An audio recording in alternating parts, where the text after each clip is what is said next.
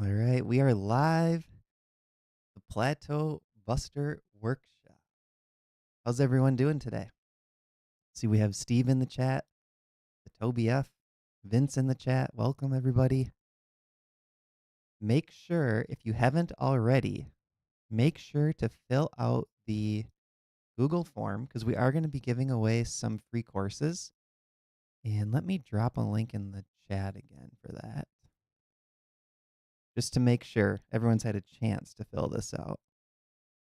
I'll pin this message too. So that's the Google form. If you haven't filled it out, go fill it out. Just takes 2 minutes. Ask a couple questions. You ever had a rating plateau? How did you break that plateau? What was your rating at the time? And do you have a rating plateau now? So ask kind of those basic questions.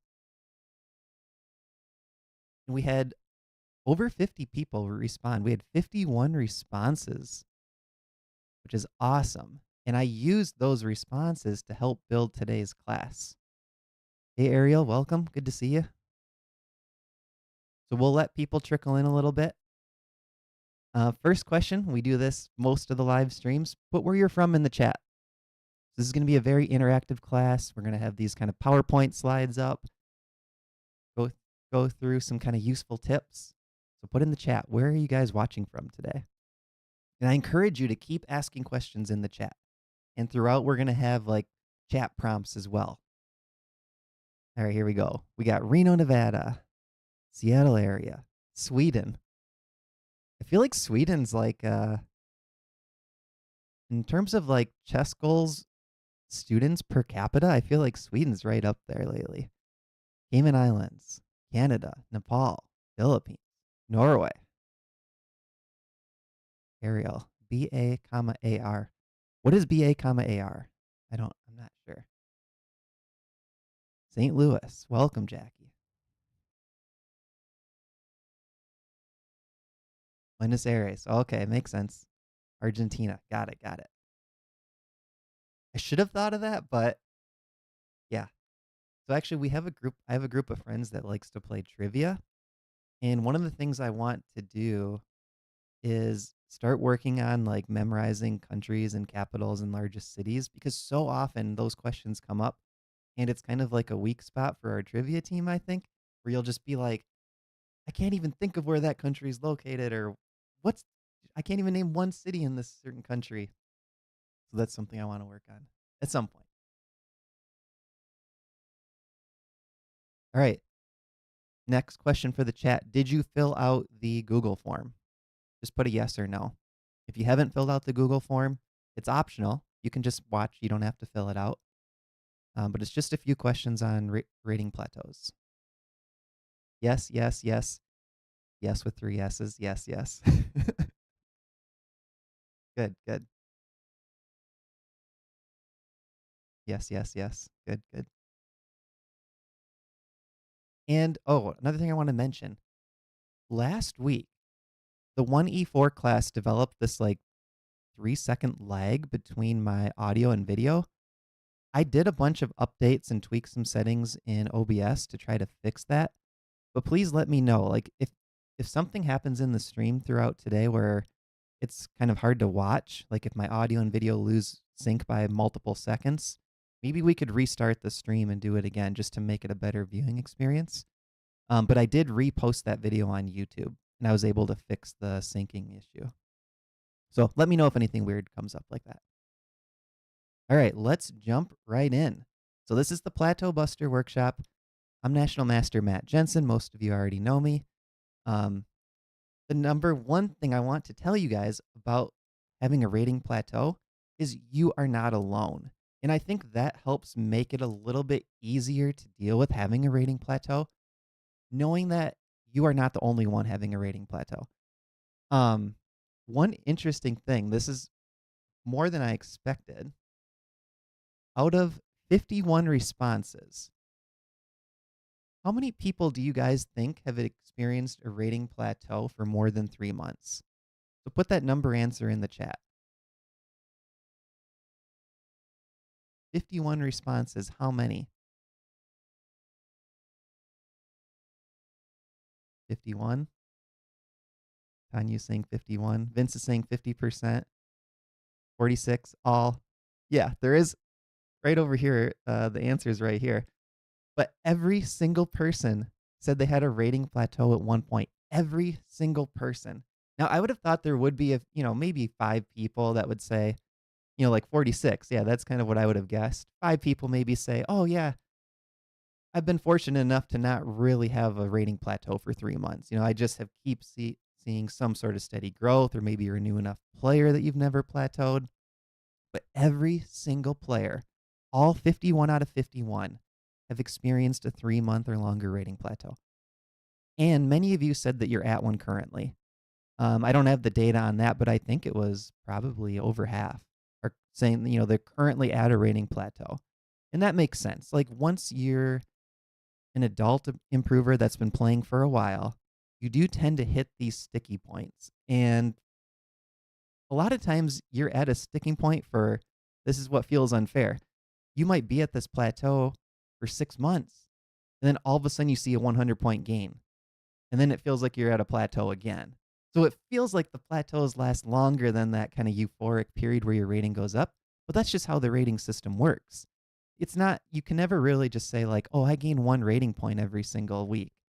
It doesn't work that way. That would be nice, because then you just see the immediate results of your work. But usually what happens is you hit plateaus for stretches, you go up, and then you hit another plateau for a stretch. So don't worry about the plateaus.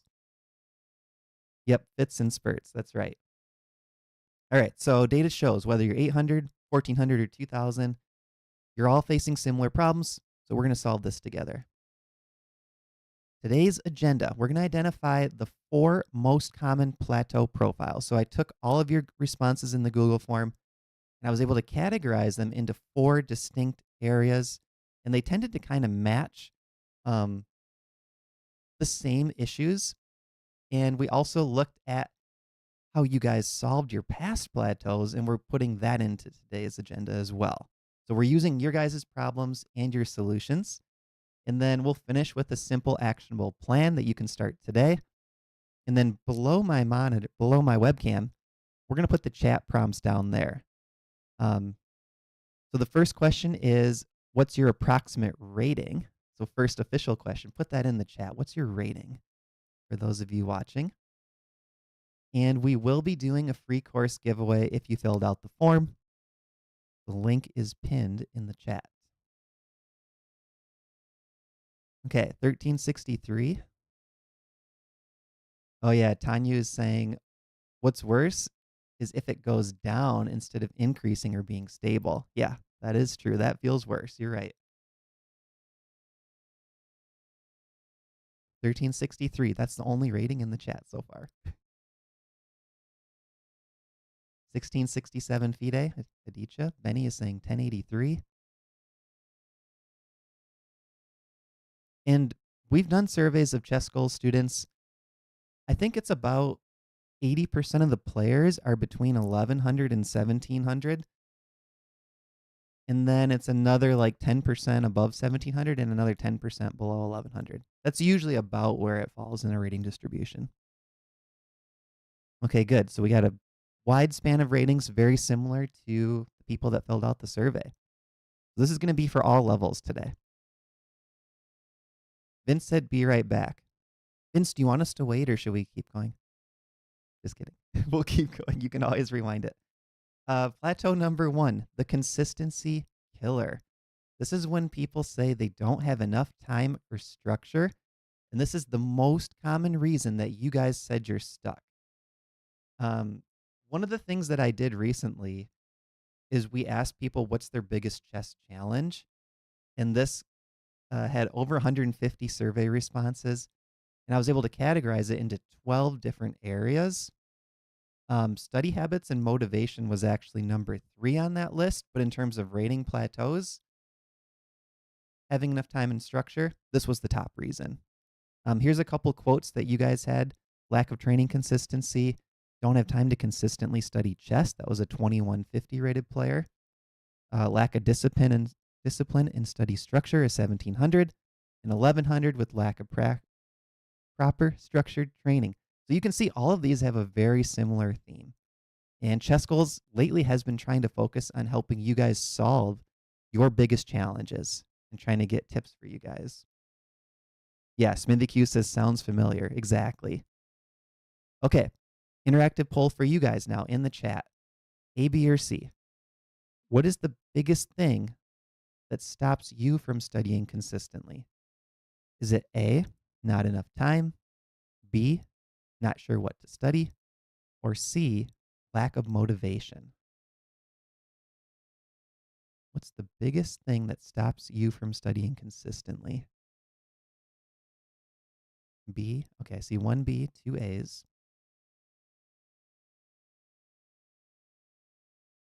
B maybe. B, B, A and B. Yeah, so if you think about this in terms of layers, the first thing to studying is having enough time. But then you need to also be motivated when you do have time. And then you need to know what to study once you have motivation. So there's kind of three different layers. Like you need each of those to get on a good study plan. Yeah, so it looks like most of you guys are saying A or B. Dennis is coming in with a C. Smithy Q, C. Not, yep, chess isn't your biggest priority right now. Makes sense. And for me, usually it is C. You know, I have enough time usually because I do spend a lot of chess time on chess goals. And I know what to study when I would do, have the motivation. And C could also be instead of just lack of motivation, like Smithy's saying, just lack of making chess a priority, which is fine. You know, if you have other things in life you want to do, that's fine. That's kind of the bucket I fall into. It's not necessarily that I'm not motivated, but I would rather work on chess goals stuff than study my own chess or work on my own chess improvement. Okay, so at chess goals, we're always trying to combine data with chess improvement tips for busy adult improvers. All right, the solution structure is better than chaos. And we're going to fix this together. So we do here have 3 Chess Goals courses that are specifically for these problems. If you don't have enough time, check out the Study Effectively with Limited Time course. If you're not sure what to study, check out the Chess Goals Blueprint course. That's a free one. And if you have a lack of motivation, check out the Chess Habits That Stick course. Courses 1 and 3 there, they're only like an hour to an hour and a half each of video content with a ton of bonus stuff that you can look at. And the middle one gives you the Chess Goals Blueprint gives you a day-by-day 12-week study plan, exactly what to study. So then in the notes here I have, this is achievable. This is going to build a habit. Our Chess Goals study plans are designed specifically to solve the problem of telling you exactly what to do each day. And this is feedback that I've received from many Chess Goals students. They'll say, I have some time and I want to get better at chess, but it's just too overwhelming figuring out what to study. And one analogy that I like is it's kind of like if you go log into Netflix and you have no idea what to watch. Or, if you're old like me and you used to go to Blockbuster or Hollywood Video, and you go in there and they have hundreds and hundreds of DVDs that you can pick from or VHS tapes. It's overwhelming. Sometimes you just want someone to say, hey, just watch this movie, and then you can get started on watching it and enjoy your evening. Or, hey, just do this for 1 hour today on chess. Keep doing that each day. That's how you're going to get better. Like just having that structure and someone telling you what to do can be super helpful. Any questions? Let me stop there for any questions before we go to plateau number 2. Any questions on plateau number 1 before we move on? I don't want to go too quickly here. So there's going to be 4 different types of plateaus.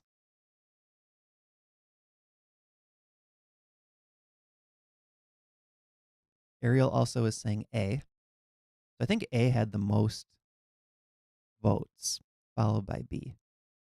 1, 2, 3, 4, 5 for A.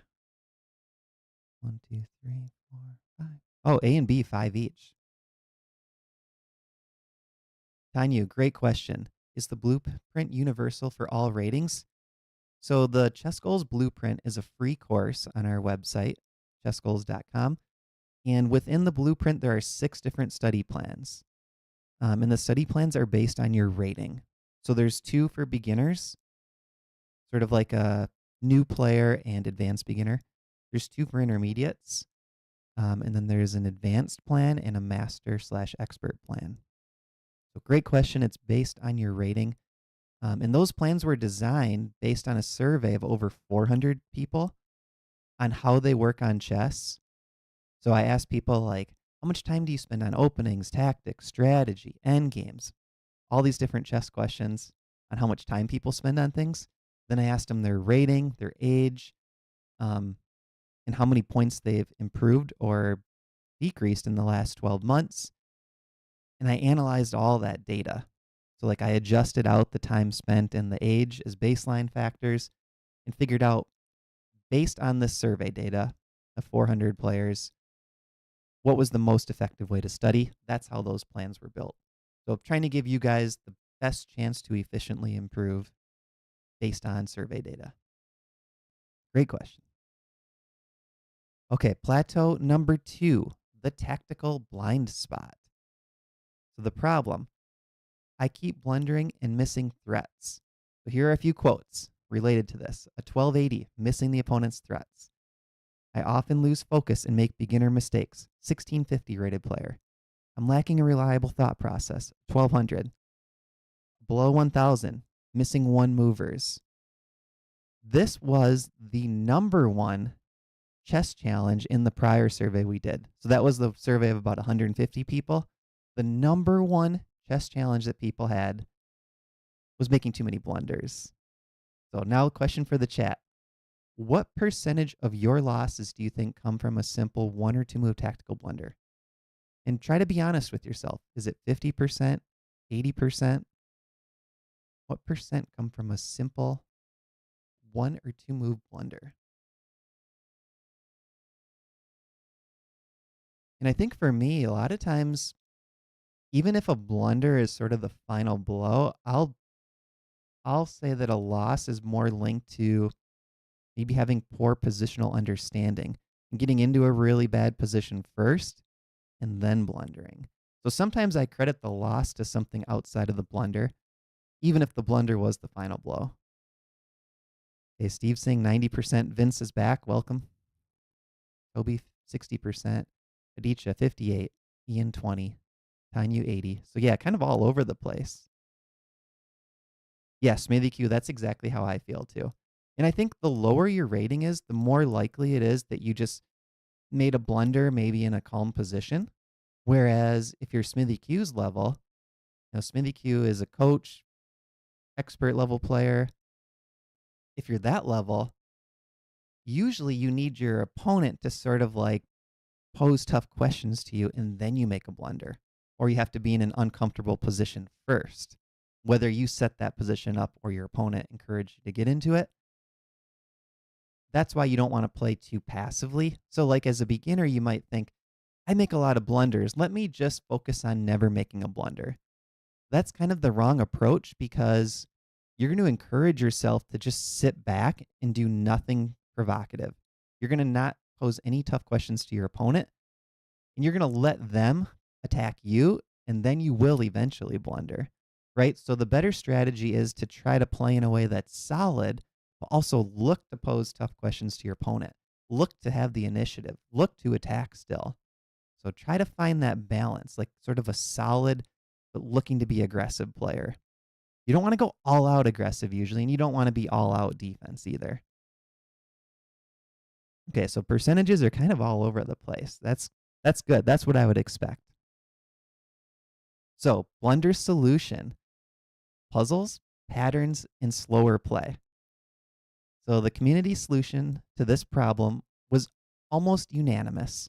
In 1800 fixed this by solving easy puzzles consistently. So that could be like Puzzle Rush, for example, right? Just hammering out easy puzzles over, and over. And then just those become really intuitive.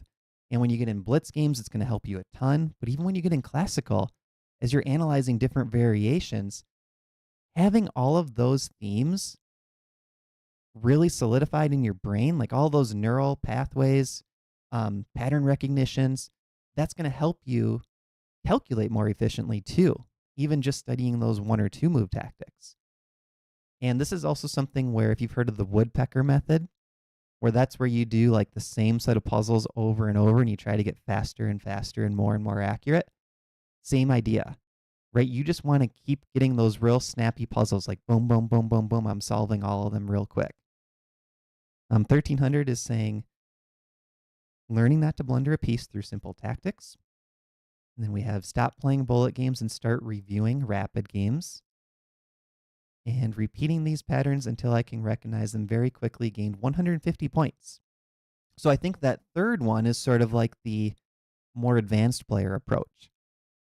If you're a higher rating, you do need to start reviewing your games and seeing, did I get into a bad position that made me more likely to blunder?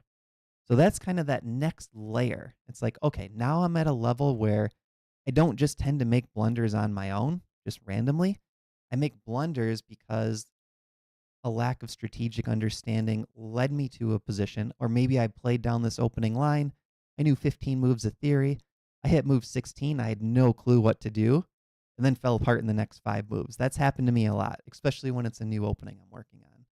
So that's kind of that next layer is I need to review my games to make sure I don't get into those positions to blunder.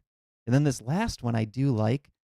I think what they're saying is you can save out the positions that you blunder, either manually or some websites do it. Like I think Chessable will log or upload your chess.com games, and you can review your blunders. So then that's specifically things that your pattern recognition, your intuition got wrong. You're trying to fix those neural pathways and make it so the next time you see that type of position, you'll get it right. So I have good news for you guys. This is one of the most fixable problems, I believe, in chess. And then a reminder, we are doing the course giveaway, Google form, pinned to the chat if you haven't filled that out yet. And the reason I say this is one of the most fixable problems is I think some other things, it's just sort of ingrained in who you are or like your life. Maybe you literally just don't have time. That's a hard one to fix. But fixing blunders is something where you can have a process. Okay, so here's your action plan. And this is a simple one to get you started. Back to the basics. Every single move, build this habit. Even if you're a strong player, sometimes you have to go back to the basics. And this is something that's helped me improve as well, even at the master level. Look for checks, captures, and threats. And these are from your opponent's perspective. So make sure you're aware of all your opponent's checks, captures, and threats. Sometimes just doing this habit alone can gain you over 100 points. It can get you that next little boost up to the next level. This is something that I've been trying to work on myself. Another thing that I've been doing, a little tangent from this, is making sure I develop all my pieces in the opening. It sounds silly, but I got in the habit of getting too fancy and trying these, multiple knight moves like on moves 6 through 10. And I had to tell myself, Matt, you need to just castle, put your rooks in the center, get your knights and bishops out. It sounds so simple, but sometimes we have to go back and just go back to the basics and reset ourselves. So if you're blundering a lot, try this 3-second blunder check. And then the note below me is we do have a How to Stop Blundering course by Azel. Super well done course. Azel is an awesome coach. And we're going to have more video content coming out. Azel and I are doing some recording together on blunders coming up. So that'll be on YouTube soon. But if you want more in-depth how to fix blunders, check that course out. Any questions on blundering before we go to plateau number 3?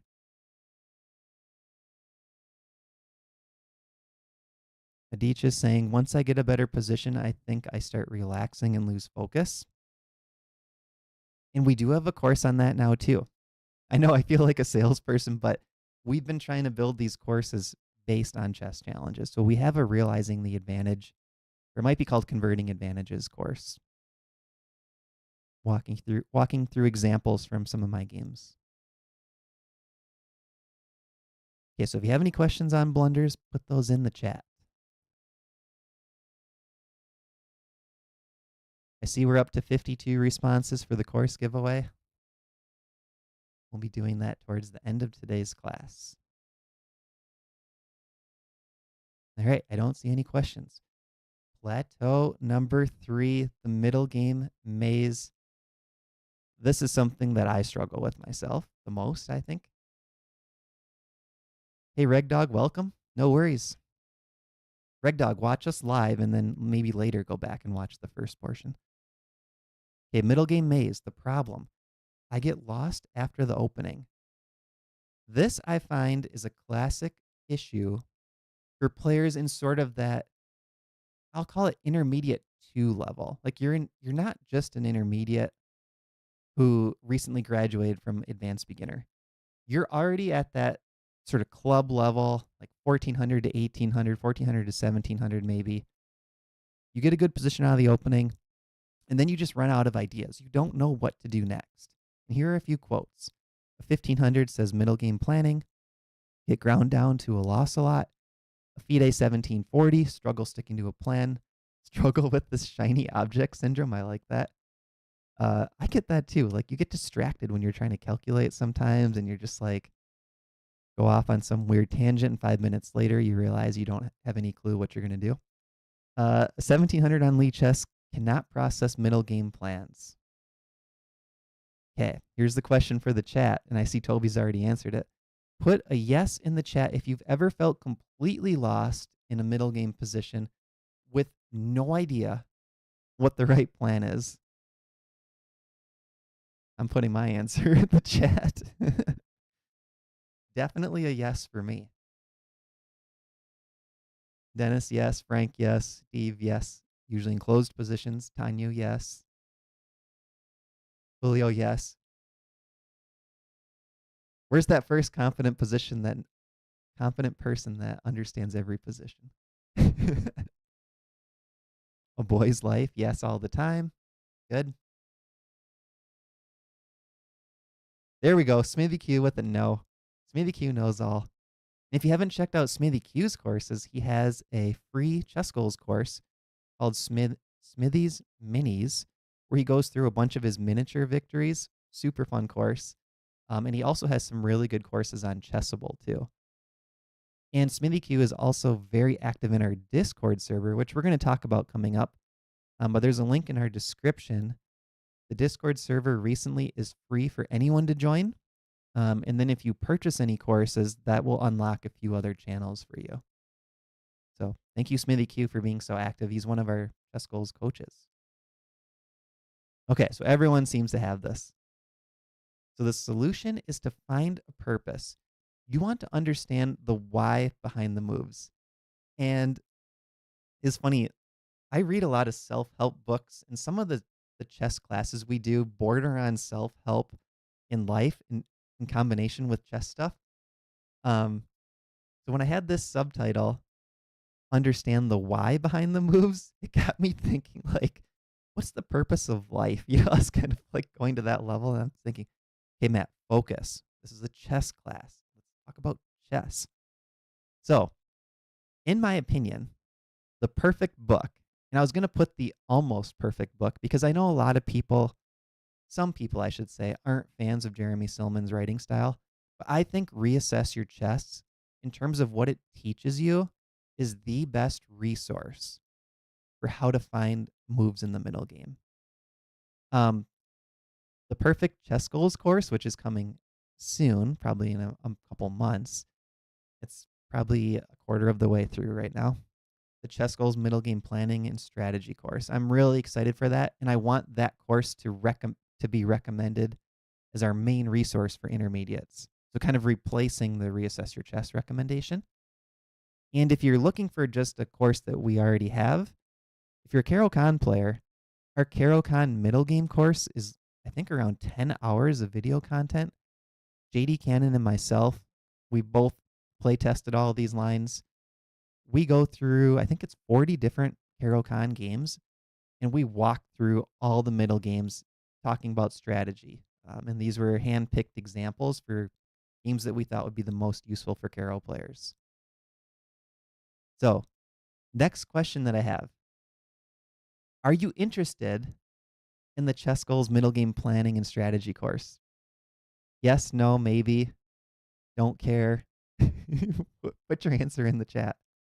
And the reason I'm asking this selfishly is it's motivation for me if people are excited for it. Because I've been focused more on just the live classes lately, but I would like to get back to finishing that course. It's like the next big course that I want to get done.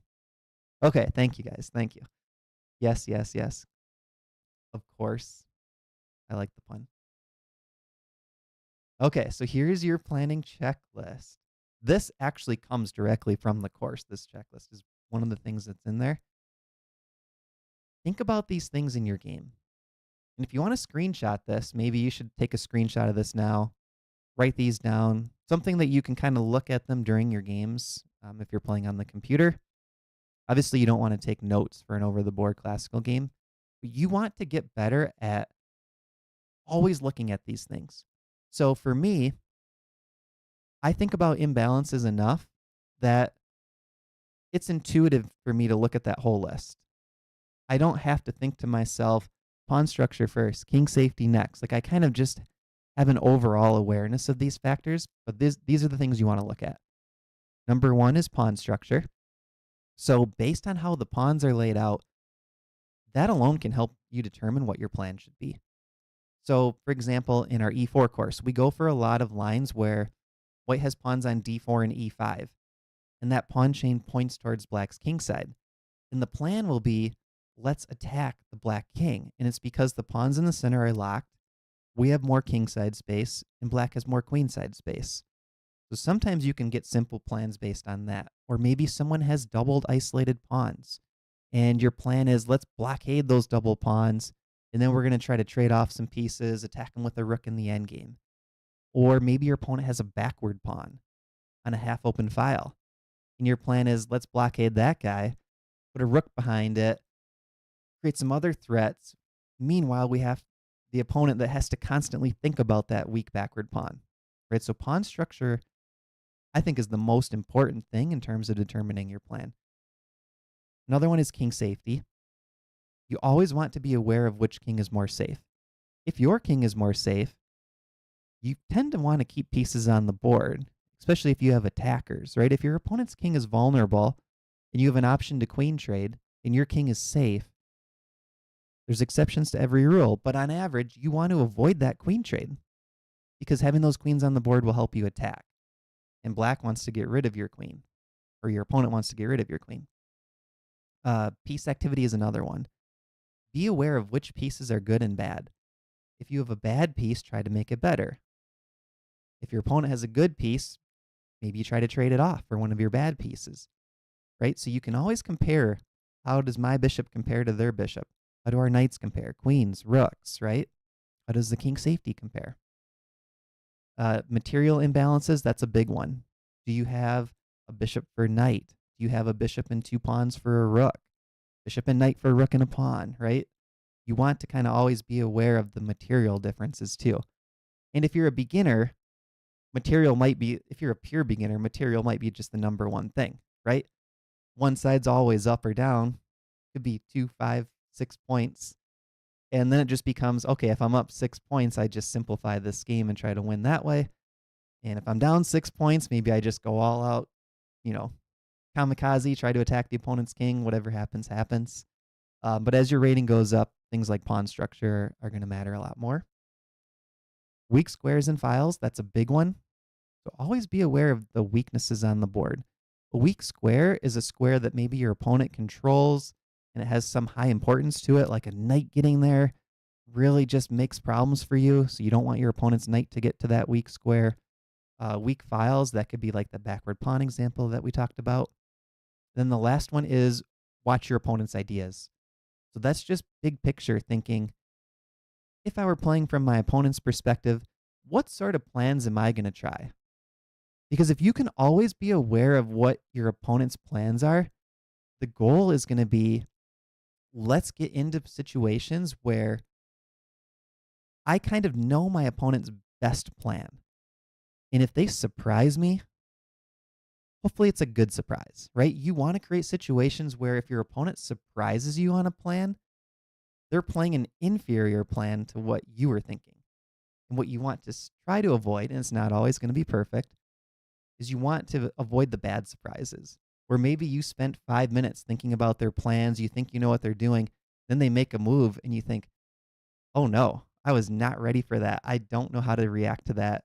Or they have some big advantage now because I didn't see it coming. But that's something that you can get better at with practice. Always keep thinking about what is my opponent planning.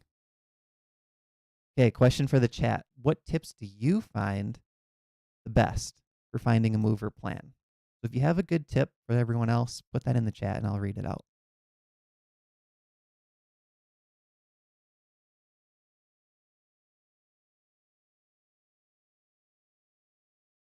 Vince is answering questions from a little bit ago, I think, because he was gone for a bit. So Adrian's saying, I have many plans. I like that. Examples are gaining a square, weakening the king, etc. And especially for quicker time controls, that can be the most beneficial way to create a plan sometimes. Well, so maybe you don't have some big picture plan, but you just think, oh, if I can reroute my knight to d5, I'll be in really good shape after that. Great tip, Dennis. Dennis is saying, improving my worst placed piece. Yep, that's a good one to look at for sure.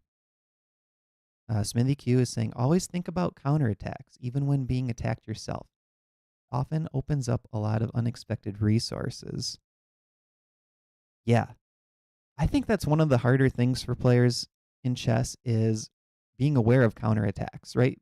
Sometimes it feels like, oh, one side has full control. And when you're the side that's winning, you can get a little impatient or just unaware of your opponent's resources, a little overconfident. And when you're losing, sometimes it feels like the game is just completely over. But being able to find those counterattacks for both sides is super valuable. Tanya is saying, I think you can get a lot better with just knowing when to trade and what to trade. Yeah. And Smithy Q is mentioning tension. There is a good Smithy Q YouTube video on our channel on tension too. Okay, let's go to the next slide. Reg Dog agrees with tension. Yeah. I think that's a higher level concept, but once you really figure that out, understanding tension is huge. Okay, plateau number 4. It's all up here. The psychological. Oh, the psychological wall. I put that emoji in there so that I would say wall. Got it. Plateau number 4, the psychological wall. The problem, my brain is my worst enemy. Okay, so here are some quotes. A 1000chess.com rapid player. It's the rating anxiety issue. The heart starts racing. This is something that I didn't realize was a problem for chess players. And I think it's because I started playing chess when I was really young. But I remember I used to run track. And I remember before races, sometimes my heart would just be pounding before a race. Like I hadn't even started running yet. That's what some chess players feel. And then I was talking with Jesse. He's the co-creator of ChessGoals. And he started playing online as an adult. And he got very strong as an adult improver online only. And then when he switched to playing over the board, or not switched, when he started playing over the board, he would tell me that like the physical responses that he would get to sitting at the board and playing a rated game were very extreme. And it's once he told me that, I started to talk to other players and realize this is a very common issue. So you sit at the board, you might have your hands are sweaty, you're nervous, you're shaky, your heart's racing. That's a psychological issue that you can work on as a chess player. Second one is tilting badly right now. So they currently are in a plateau in tilting. And the last one is main psychological problems, or mainly they have psychological problems. For example, giving draws too easy, getting complacent versus lower rated players. Yep. And the note below, sometimes the problem isn't on the board, it's between our ears. Rating anxiety, tilt, lack of confidence, these are all common and real issues. Yeah, OTB is a different beast for sure, is what Smithy Q is saying. Definitely. And Steve is saying, I like the escalation theory of attacking. Oh, interesting. If a pawn's being attacked, attack a knight or a bishop. If a knight or bishop is attacked, attack a rook. If a rook is attacked, attack a queen. If the queen's attacked, attack the king. Yeah, so that's interesting. You're trying to almost like distract your opponent by saying, hey, there's a bigger issue on the board here. Tanya is saying, if you make a bad move, you can't say it's a mouse slipping over the board. That's true. That's really interesting. Yeah, because sometimes people just, they blunder online and then they claim it was a slip. You're like, that was not a slip. That makes no sense. Sometimes over the board, though, people will say they didn't touch a piece or that they, didn't let go of it when they actually did. I feel like it's similar. It's like they can't, they can't quite accept that they made a blunder or they're about to blunder or touch the wrong piece. So it's like a quick excuse. Aditya is saying, usually the first game of a tournament, the heart rate is off the charts. Yeah. Those early nerves. Okay, here's the solution. Change your mindset. So here are some quotes. These are solution quotes. This helped people with the psychological wall issue. First one is taking a break from chess for a few days or weeks, coming back with a fresh mind. This is also even true within a game, I've found.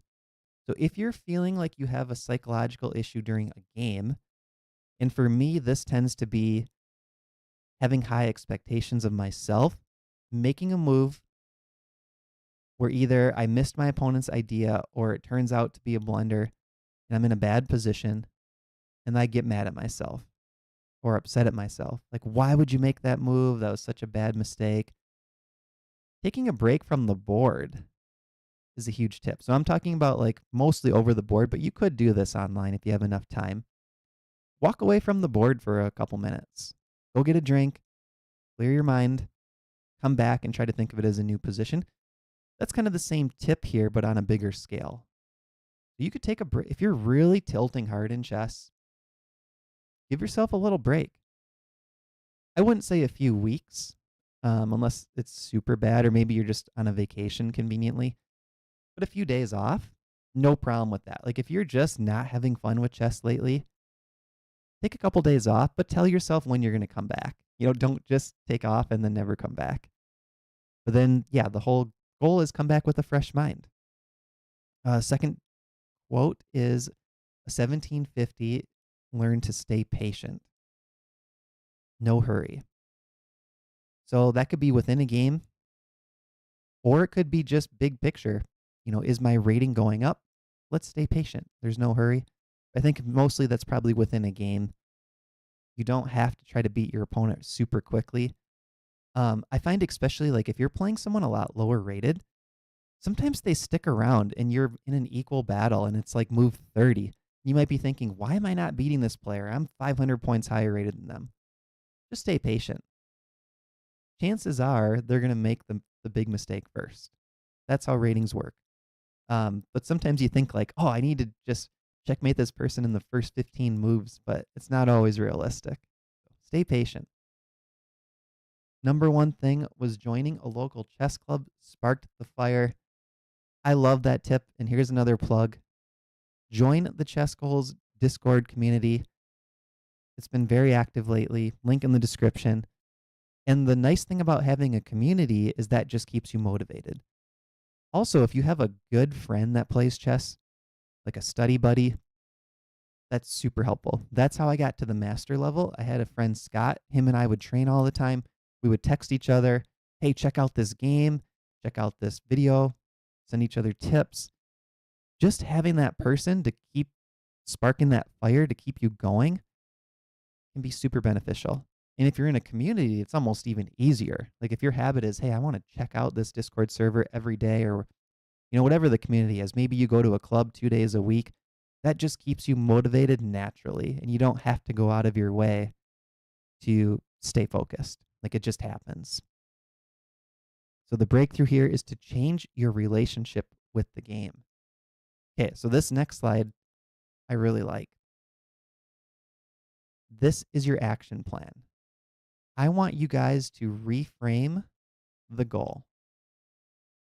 So if this is one of the issues that you're having, the psychological wall, and you're anxious about your rating in particular, which is what it seems to be for most players, for the next month, I want you to set this goal. Play rated games, not to win. Your goal is going to be, let's produce good games to analyze. I want to play good, interesting games to analyze. And this could even mean sometimes you make moves that maybe you're unsure if it's the best move. You think it's the best move, and maybe normally you would be scared and you would just play the passive move. Trust your calculation. Figure out all the lines the best you can, and if you think it's the best move, play it. And then afterwards, you're going to go learn from it instead of maybe being afraid to go into something murky. I want you guys, if this is one of your issues, just play to produce good games to analyze. A good game to learn from is considered a win. So win or lose, just keep telling yourself that, and you can make that sink in over time. Because what's going to happen is, as you improve as a player, your rating is naturally going to go up. But sometimes it just takes time. And that's the note I have below my webcam. As long as you're improving your skill set, the rating will follow. That's how it works. But sometimes it just takes time. So I want you guys to try that. Spider overslept. That's fine, Spider. Set your alarm next time. So try this, guys. See what you think. Make your goal. Let's produce good games to analyze. Don't try not to care about the wins or losses. Okay, I'm going to go on a little tangent here. So I'm super into pickleball lately, and there are ratings in pickleball. And it took me like a year to even play rated games. When I first got my rating, it was lower than I felt my skill level was, but not by much. And then I had the fun of seeing my rating go up, up, up, up, up. I started to realize that I was getting too invested in what my rating was. And it started to turn into how chess felt for me for a while. In chess, I used to feel a ton of pressure to keep gaining rating points because I would think, I'm spending my whole weekend and over the board tournament, like it's a waste of time if my rating drops. Like the whole point is to get to the next level. That's a lot of pressure, and sometimes it's not fun. A lot of times it's not fun if you put that pressure on yourself. What is pickleball? Oh boy.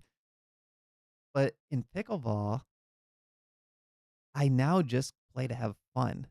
I don't always challenge myself with, playing in the most difficult tournaments and things like that.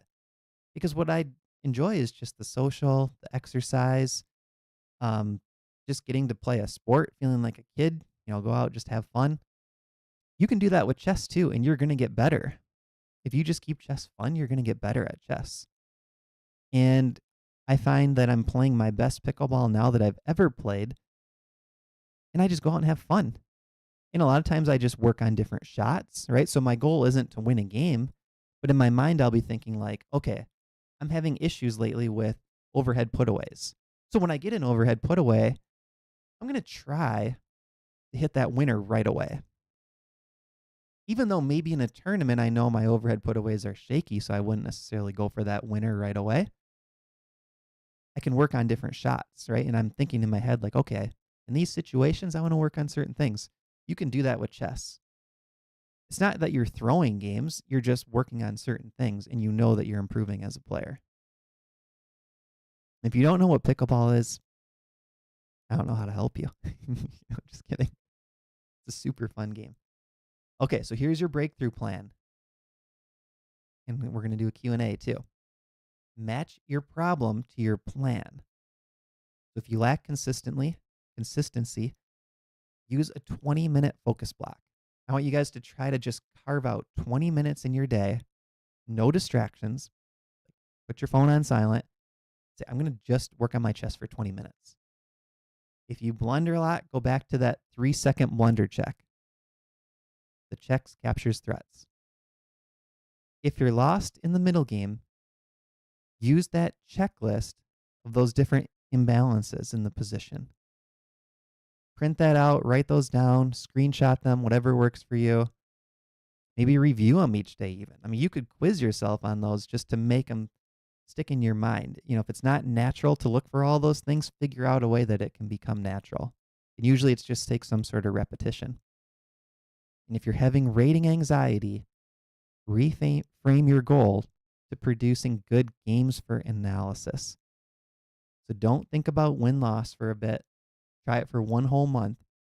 Just think, I want to produce good games. So now the question for the chat. Every single one of you has said that you've had a rating plateau in the past, and the majority of you are currently at a rating plateau. So which one of these will you focus on? Put your answers in the chat. 1, 2, 3, or 4. Consistency is number 1. Tactics, number 2. Middle game, number 3. Or your mindset, number 4. Which will you focus on? Oh, the first 4 answers said tactics, tactics, tactics, tactics, tactics. Then we have 3 mindsets coming in, 1 consistency.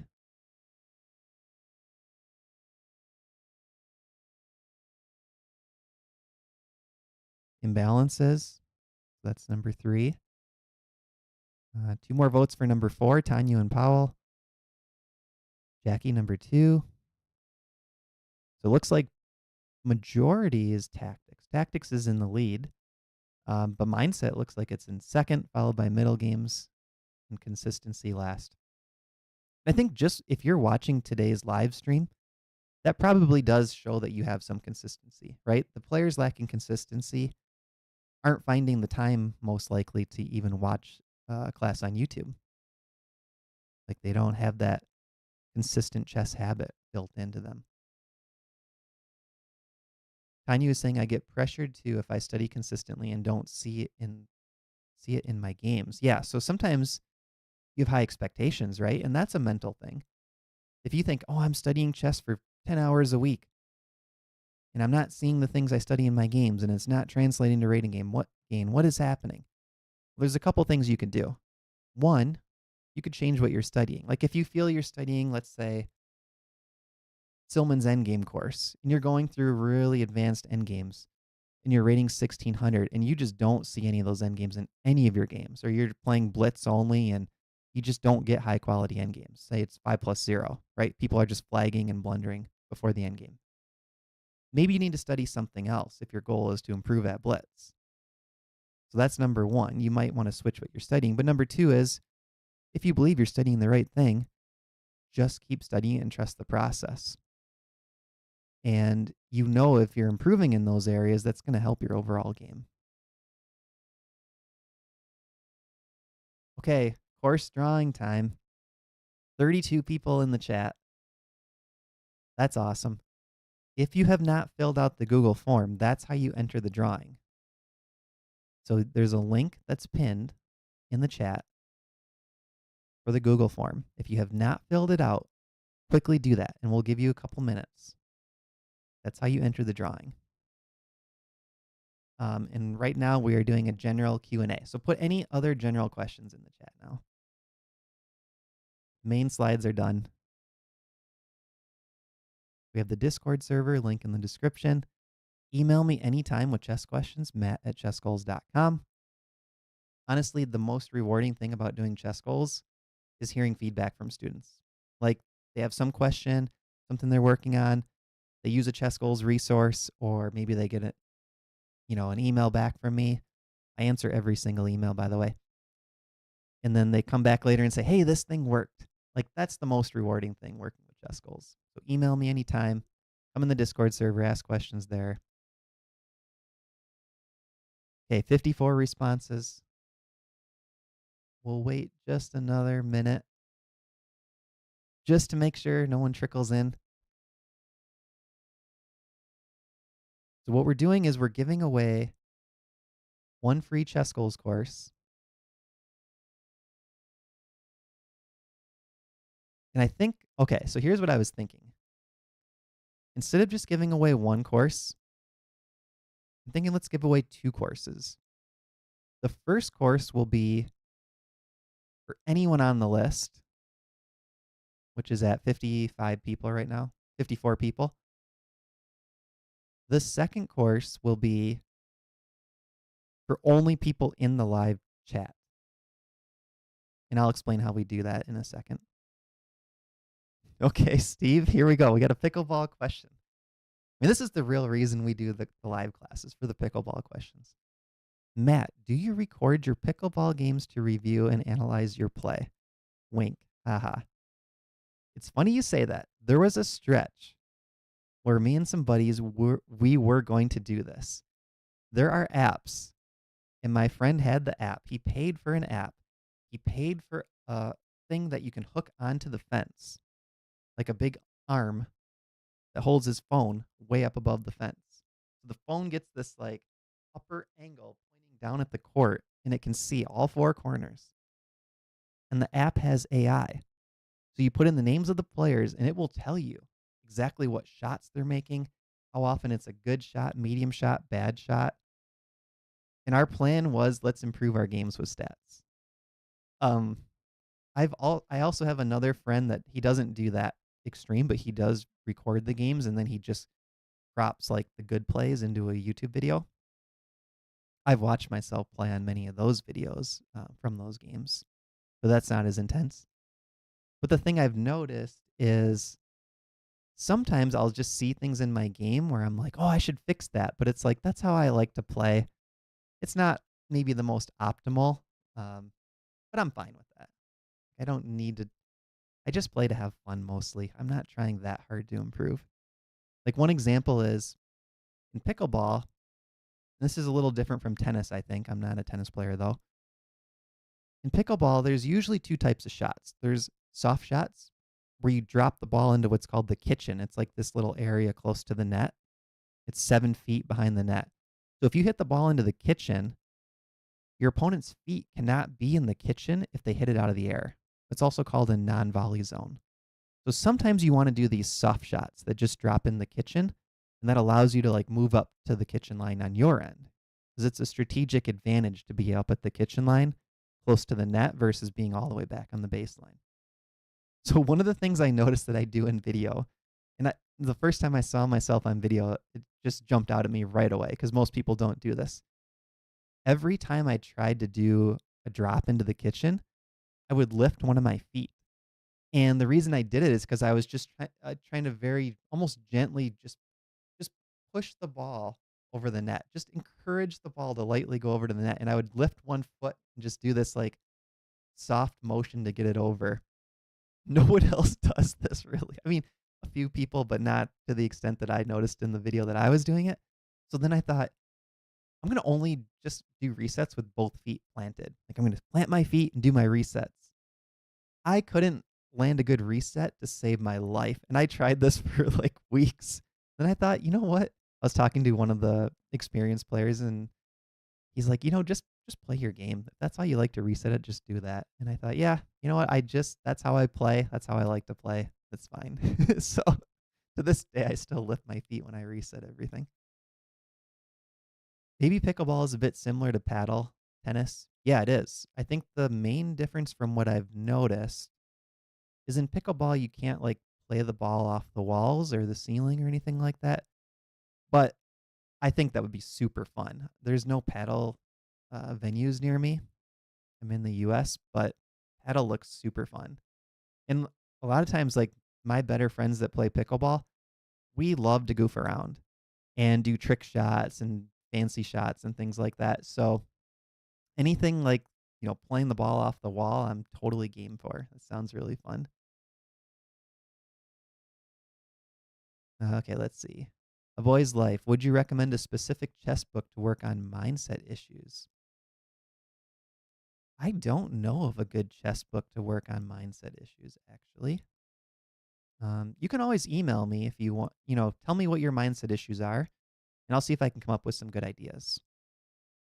That's my best answer to that. I don't have a book that I recommend, but there may be some like self-help books that you'll like that kind of go over those things.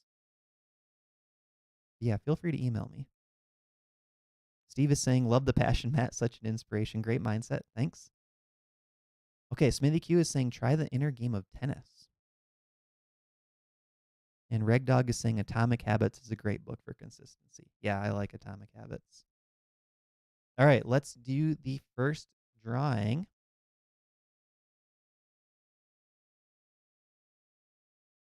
I'm going to pull up a random number generator. Let's see. We have 55 people. They're listed as 2 through 56 in the Google form. All right, so I'm going to do 2 through 56 on this calculator. Let's generate 19. Okay, who's row 19?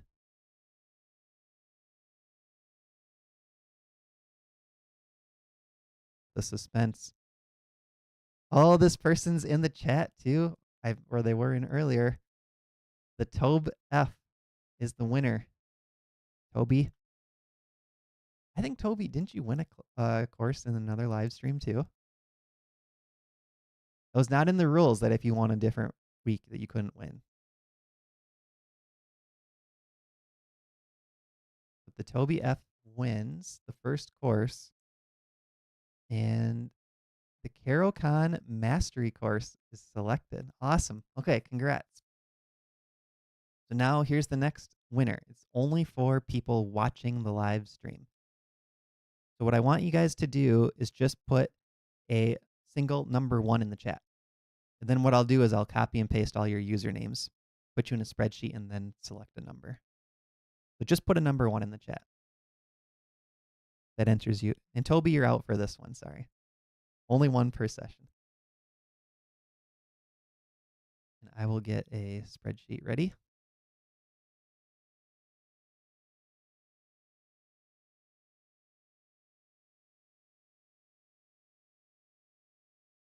If you're a lifetime member, still enter. We'll figure something out. I was thinking that too. If you're a lifetime member, we could either do, you could pass your course to someone else, like gift it to a friend, or we could do like an Amazon gift card, or maybe I analyze the game. But we'll figure something out if you're a lifetime member.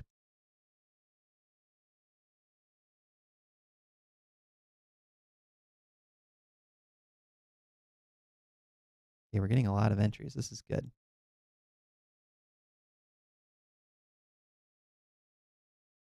So we have Steve, Tanyo, Powell, Boys Life, Dennis, Spider, Jackie, Benny, Ian, Reg Dog, Deecha, Smithy Q, P.S. Greg. Okay, 12 entries. If you haven't entered a 1 in the chat, put it in there quick. Time's expiring. Okay, here we go. 1 through 12. Oh, Ariel snuck in. Actually, it's 14. Oh, Adrian. Okay, 15. We got a drum roll in the chat. Anyone else? Last second. 15 people. If I didn't say your name, let me know. We have Steve, Tanyo, Powell, A Boy's Life, Dennis, Spider, Jackie, Benny, Ian, Reg Dog, Deecha, Smithy Q, P.S. Greg, Ariel, Adrian. Did I miss anyone? Want to make sure you're entered if you wanted to be entered.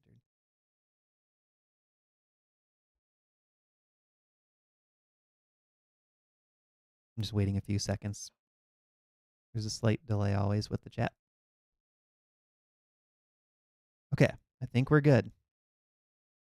So we have 1 through 15. Here we go. Drum roll. Ooh, number 9. I did it, Icha. Number 9. Okay, let me see if you are in the other list. If you did the form.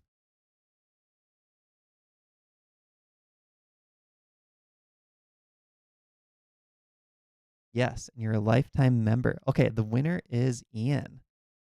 Ian wins. So, Ian, I will reach out to you and we will figure something out. You are the winner of the second course. Congrats, Ian. So now we can just open it up. Any other questions? Or one thing we should talk about is what do we want to cover in the next live class? So we've been kind of focusing on the top 12 challenges. Rating Plateau was number 5 on the list, and we've been working up to the more and more common challenges. So we started at 12 and we're working our way to number 1. Number 4 is Middle Game Strategy and Planning, which is the course that I've been working on too. And I need motivation to finish it. So one thing I'm thinking is, what do you guys think of having the next live class be maybe evaluating positions or pawn structures or something related to the middle game planning course? What do you guys think about that? Or is there something else that you'd like to go over?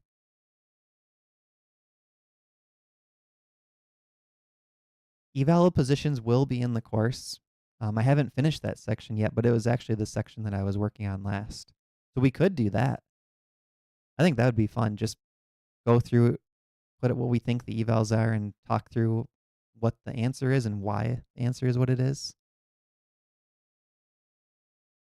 Middle game is always good. Okay, what do you guys think of just evaluating the position? Like do that for a whole class. You like that idea? Or should we do pawn structures, imbalances? Okay, Dennis says evaluate. Jackie says any of those. Characteristics. Okay, this is good. I'll think about this for a bit. Evaluate or pawn. Evaluate is great. Okay. Okay, so that's going to be the tentative plan, I think.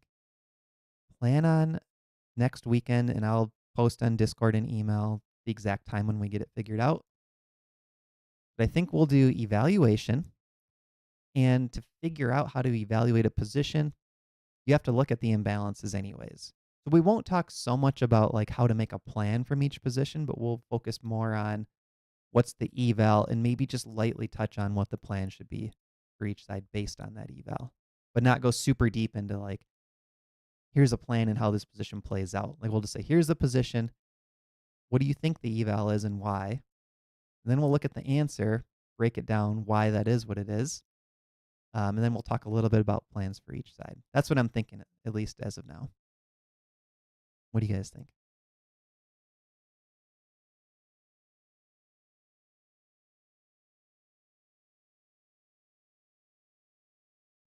Steve's asking, these live streams are always at 8 a.m. Pacific. That tends to be the best time I've found. We did do last week's at 9 a.m. Pacific, which is 11 a.m. my time. But I feel like the 10 a.m. seems to work really well on Sundays, 10 a.m. U.S. Central Time. But I'm open to suggestions too. Yes, Toby. A few of the live classes I set to private, like if we ended up making a course out of the class, but most of them are on there. And the last class, the 1E4 class, it's not listed under the live section because there was an issue with the video and audio losing sync. So I fixed that and I reposted it so it shows as like a normal video. But you can find them under the live section.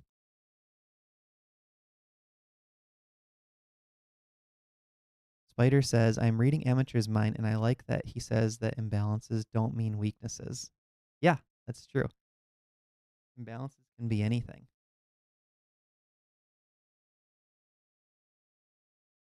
All right, I think we are going to wrap up there. Thanks everyone for watching. Check out the website, chessgoals.com. Join the Discord server, link in the description. Email me with any questions and watch your emails for the announcement on the next one, but it's most likely going to be evaluating the position, a little bit planning, and it's going to be next weekend, probably Sunday at the same exact time. I'm like 80% sure of that. All right. Thanks, everyone, and have a good rest of your day.